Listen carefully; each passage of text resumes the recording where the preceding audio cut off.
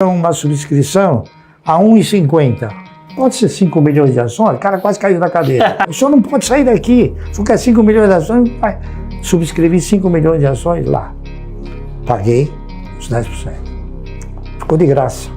Sabe por quê? Aí ele começou a dar uns dividendos altos, o dividendo pagou a subscrição. Seu Bassi, por que ter uma carteira de dividendos? Por que fazer uma carteira de dividendos? Bem, eu vou retroagir além do necessário, porque eu acho importante. Eu sou filho único de uma senhora, minha mãe, que ficou viúva quando eu tinha 1 ano de idade. Minha mãe sempre foi de origem humildíssima e naquela ocasião o que a gente tinha condições de habitar era num cortiço. Só que não era num cortiço nos moldes atuais. Era um cortiço de pessoas vindas da Europa, né? Espanhóis, italianos, portugueses, até franceses. E era um tipo de postura social que um cuidava do outro. Então eu cresci nesse ambiente. Um ambiente de necessidade, um ambiente de dificuldade.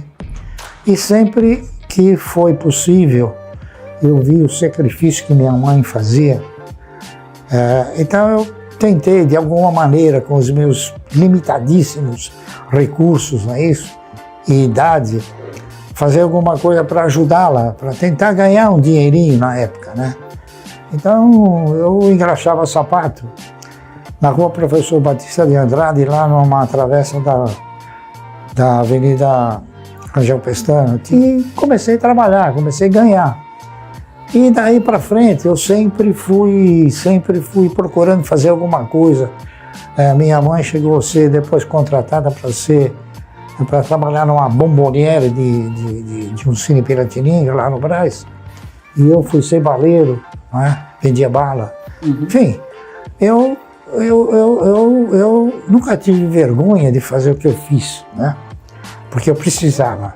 Então, esse procedimento, ele interiorizou em mim uma necessidade premente de crescer, de conquistar, não de pedir, tá entendendo? E eu faço isso até hoje. Então, eu fui estudando, fui me ficando mais culto, consegui me formar em contabilidade, depois em atuariais, depois eu me formei em economia, depois me formei em direito e faço hoje aquilo que eu fazia quando eu tinha 9 anos de idade. Tá entendendo?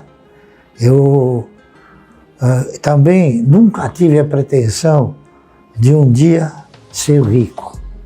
O que eu tive sempre foi medo de voltar a ser pobre. Tá entendendo? Que eu sei o que é ser pobre. Então essa é a minha estrutura. Ao chegar num determinado momento da minha existência, eu percebi um negócio que foi assim aleatório. As notícias que os fundos de previdência privada tinham começado a quebrar em 1970, 71.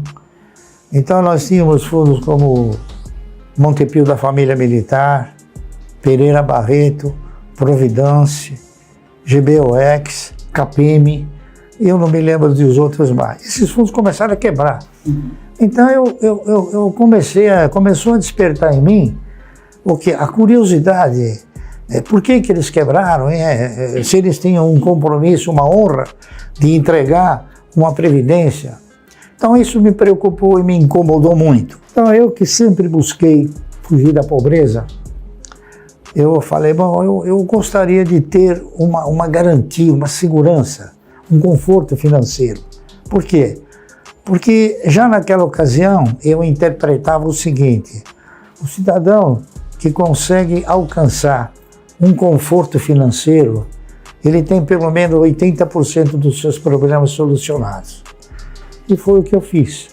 Passei a estudar, assim, celeremente, com muito afinco, como tentar conseguir uma renda mensal. Desse raciocínio de renda mensal, evoluiu para carteira de renda mensal, que o mercado depois acabou apelidando de carteira de previdência. Então, o que eu fiz? Eu quis tentar edificar, movimentar uma carteira de renda mensal, só que com renda fixa jamais eu conseguiria isso. Então, eu tinha que me associar ao quê? Aquilo que é uma das coisas mais importantes no mundo, tá certo? Eu tinha que exorcizar a agiotagem. Eu tinha que fazer o quê? Eu tinha que mirar os meus investimentos para a geração de riqueza. Foi o que eu fiz. Onde é que você gera riqueza? Investindo na produção, tá certo? Então, foi o que eu fiz. Comecei a analisar as empresas e tive uns resultados fenomenais. Primeiro, eu analisei o seguinte: a Previdência. O que é a Previdência? A Previdência nada mais é do que uma provedora de recursos. Ela disponibiliza uma parte daquilo que o cidadão trabalhou durante muitos anos, interpretando-se que aquilo que ela está provendo para o indivíduo, ele tem condições de se manter, coisa que não tem. Muito bem. Aí eu evoluí um pouco mais e contrastei o seguinte: o cidadão que se aposenta, para de trabalhar na iniciativa privada, ele recebe o quê? Da Previdência ele recebe uma provedoria. E o cidadão que para de trabalhar no serviço público? Serviço público ele não se aposenta, está correto? Ele continua ganhando salário. Então é uma diferença. Eu concluí o quê? Que a Previdência, além de ostentar a condição de provedora, ela ostenta a condição de empregadora. Está correto? Então eu achei que só como provedora quebrou, como empregadora vai quebrar mais rápido. Então o que eu fiz?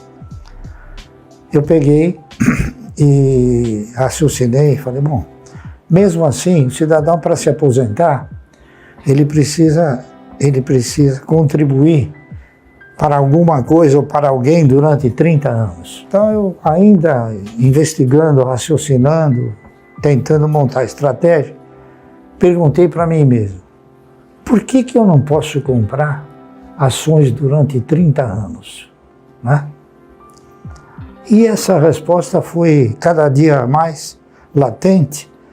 Então eu cheguei numa conclusão, falei, bom, eu vou fazer um trabalho mirabolante na época, se eu tenho que contribuir durante 30 anos para a Previdência, por que eu não compro 1000 ações por mês durante 30 anos? Muitos falaram, você está visionário. Tudo bem, mas eu vou conviver com essa minha visão, porque eu estou pensando em investir na geração de riqueza e usar a renda fixa, porque a renda fixa, na minha concepção, você usa que é para não pôr dinheiro debaixo do colchão, tá certo? Sim. Então a filosofia é essa, você tem que investir na geração de riqueza. E foi o que eu fiz. Para investir na geração de riqueza, você vai comprar o quê? Você vai comprar projetos, você vai analisar projetos de empresas que tenham assim estruturas futuristas, empresas que tenham perenidade na economia, empresas que consigam manter uma sustentabilidade dessa perenidade na economia e que possam, evidentemente, gerar riqueza, fazer essa riqueza circular e distribuir essa riqueza. Foi o que eu pensei. E foi o que eu fiz. Então eu fiz uma análise muito criteriosa das ações que talvez pudessem me retribuir através dessa carteira de renda mensal. A ação que resultou no melhor papel na época, em 1970, era a ação de uma empresa chamada Anderson Clayton. A Anderson Clayton era uma empresa do setor de alimentos industrializados, fazia Claybon, margarina, óleo, enfim. E ela custava 50 centavos. E ela pagava um dividendo de R$1. Então, o que acontecia? Com R$1 você comprava 2 ações da Anderson Clayton. Então, ao invés de você ganhar R$1, você ganhava 2. Tá certo? Procurei fazer a coisa de uma forma assim bastante inteligente. Só que eu fiz esse trabalho, propondo comprar 1000 ações da Anderson Clayton durante 30 anos. E esse trabalho se chamava Ação e Alimento, 2 bases de desenvolvimento. Aí esse trabalho eu encaminhei para o doutor Guilherme de Jesus Falamina, que ele era o vice-presidente da Anderson Clayton, e ele mandou me chamar. Marcelo, você é um gênio. Eu falei, que gênio? Você fez uma coisa que nunca nem eu vi, não veio, experiência de mercado, não sei o quê. Só que ele falou o seguinte, Márcio, esse trabalho aqui não vai dar certo. Eu falei, por que, doutor Guilherme? Aí ele chegou para mim e disse assim, você sabe quem é o dono da Anderson Clayton? Eu falei, não. Ele falou, os donos da Anderson Clayton são 2 velhinhas de 80 anos, elas são americanas, que elas herdaram. E, sinceramente, a gente não sabe até quando elas vão resistir e vender a empresa. Dito e feito. Uns 5, 6 anos depois, a Unilever comprou a Anderson Clayton. Então, o que eu fiz? Não tinha outra alternativa senão buscar um novo produto para amparar essa minha tese. Aí então, o segundo papel que mais se aproximava de manter esse critério, porque aí eu já adicionei o critério que a empresa tinha que ter 30 anos, tá certo? No primeiro caso eu não adicionei. Então eu fui para uma empresa que chamava Centrais Elétricas de São Paulo, CESP. A CESP gerava, transmitia, distribuía energia. A CESP era uma empresa que tinha ações ordinárias e preferenciais. A CESP tinha no seu estatuto um dispositivo que obrigava a empresa a pagar um dividendo mínimo prioritário e obrigatório de 10% sobre o valor nominal 1, da época tinha valor nominal 1. Então eu achei interessantíssimo, porque naquela ocasião ainda era possível a cada ano as empresas corrigirem o seu ativo mobilizado, e com essa correção do ativo mobilizado, como a empresa tinha valor nominal, cada vez que ela aumentava o capital, ela era obrigada a aumentar a quantidade de ações. Muito bem. Então, eu comecei a comprar ações da CESP. Fiz o trabalho. Estou com o trabalho aí, se você quiser ver. Claro que quero. Então, o que aconteceu? Eu projetei esse trabalho, elaborei, pus 1 por 1, 1000 ações por mês, como é que faz, como é que não faz, detalhei, pormenorizei. E como eu era um economista novo, etc., querendo sempre com aquela ideia de evoluir, eu me associei à Ordem dos Economistas. Então tinha um grande amigo, Vitor Davi, ainda é vivo. Ele era diretor da Ordem. E na Ordem tinha muitos economistas que trabalhavam na CESP. Uhum.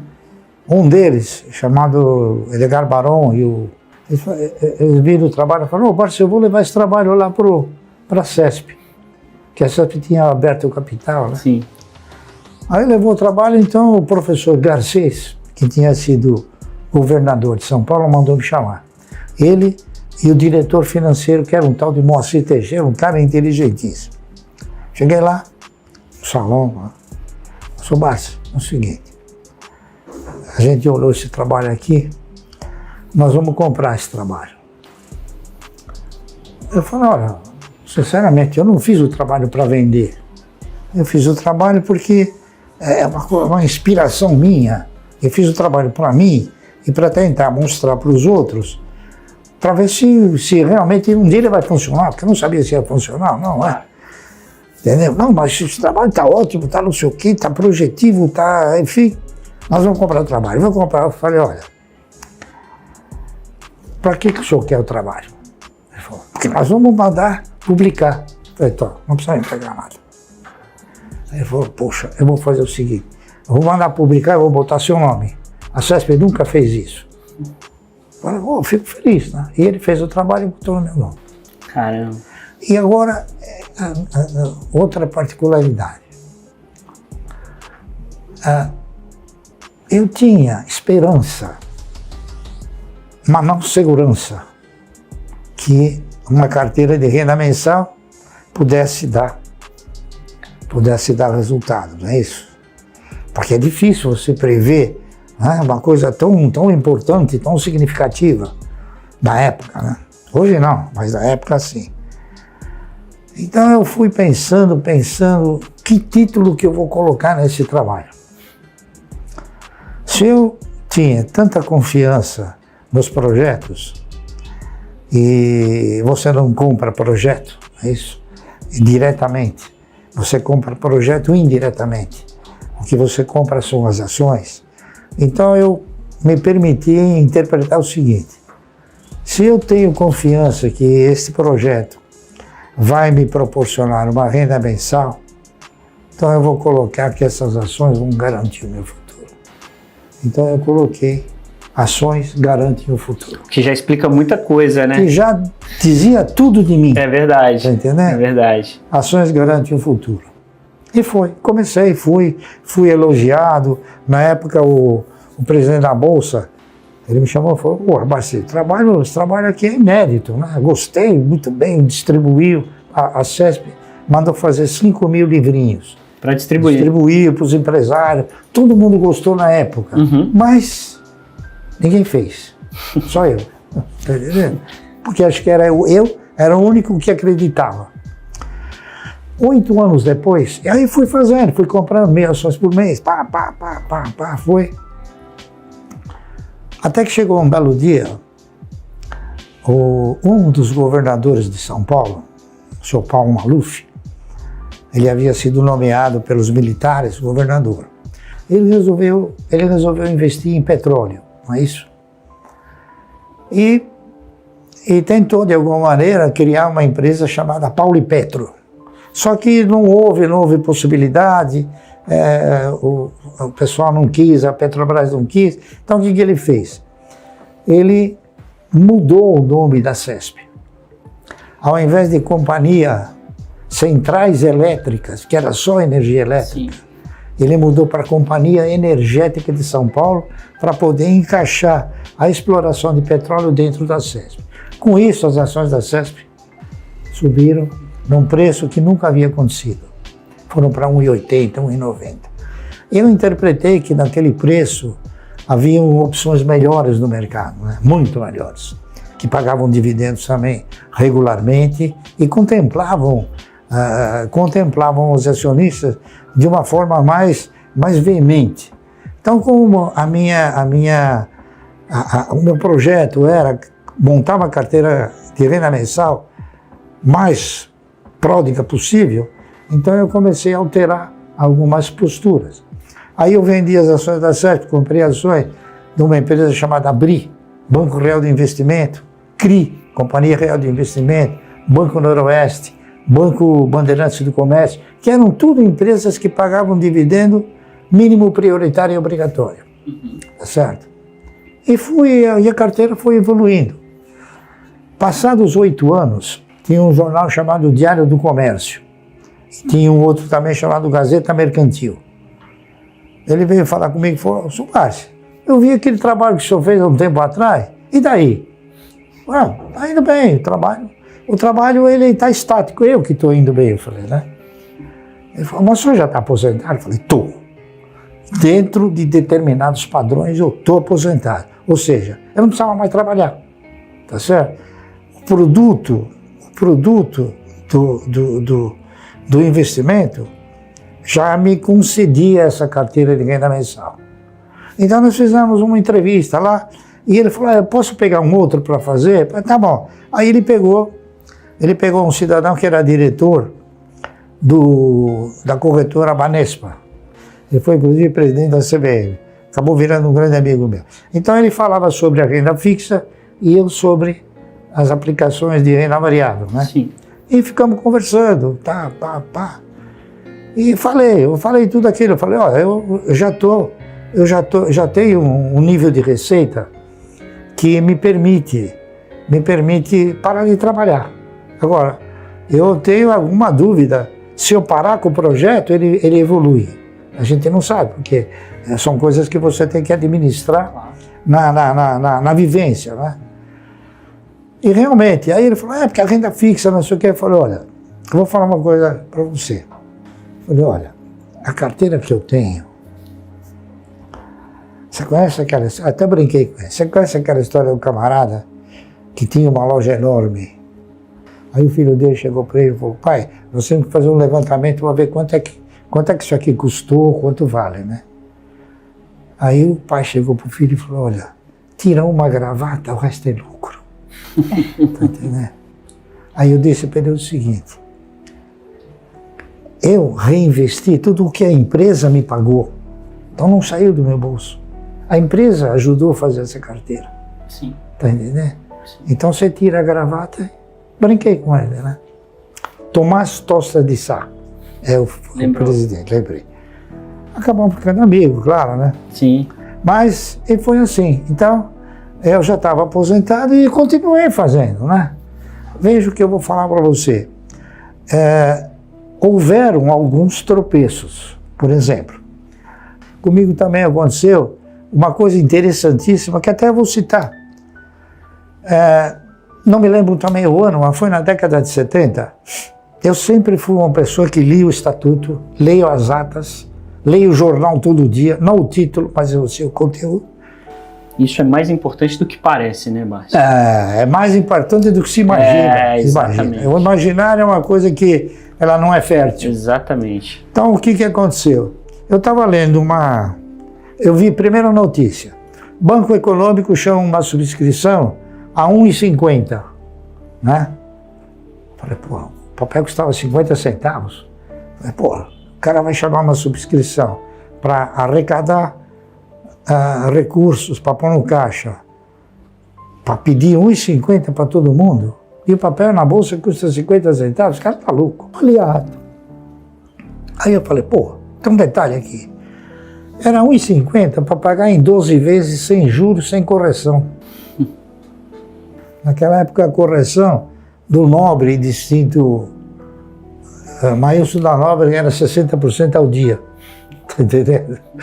Falei, bom, isso aqui tem alguma coisa que está errada aqui, eu não sei o que é, mas vou ter que descobrir.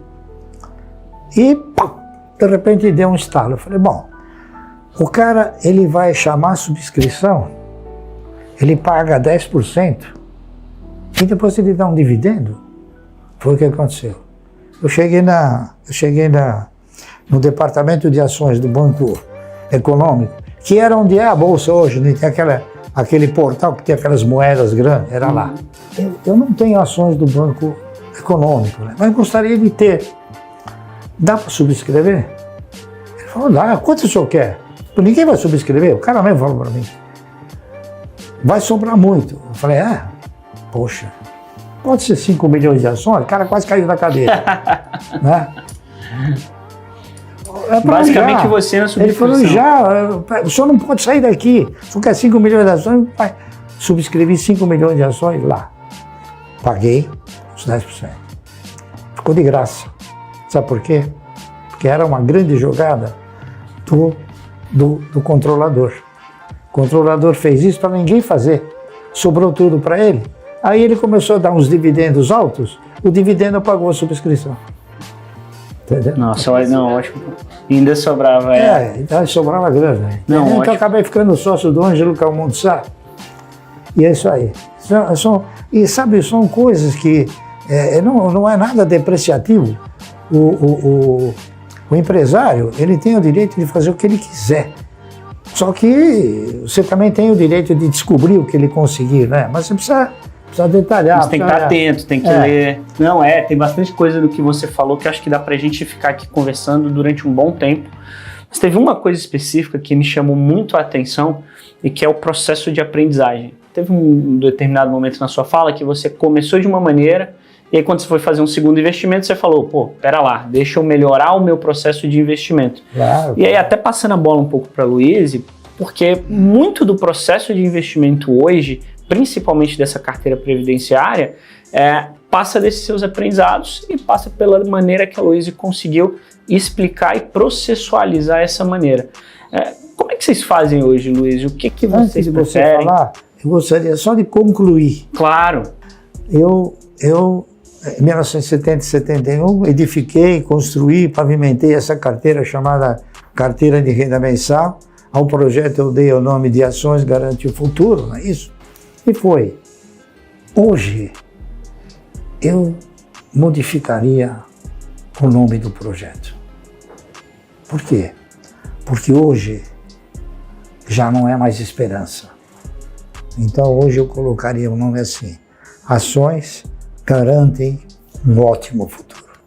Poxa, excelente nome. Excelente certo? nome, Marcos. É isso aí. Concluí. Ótimo.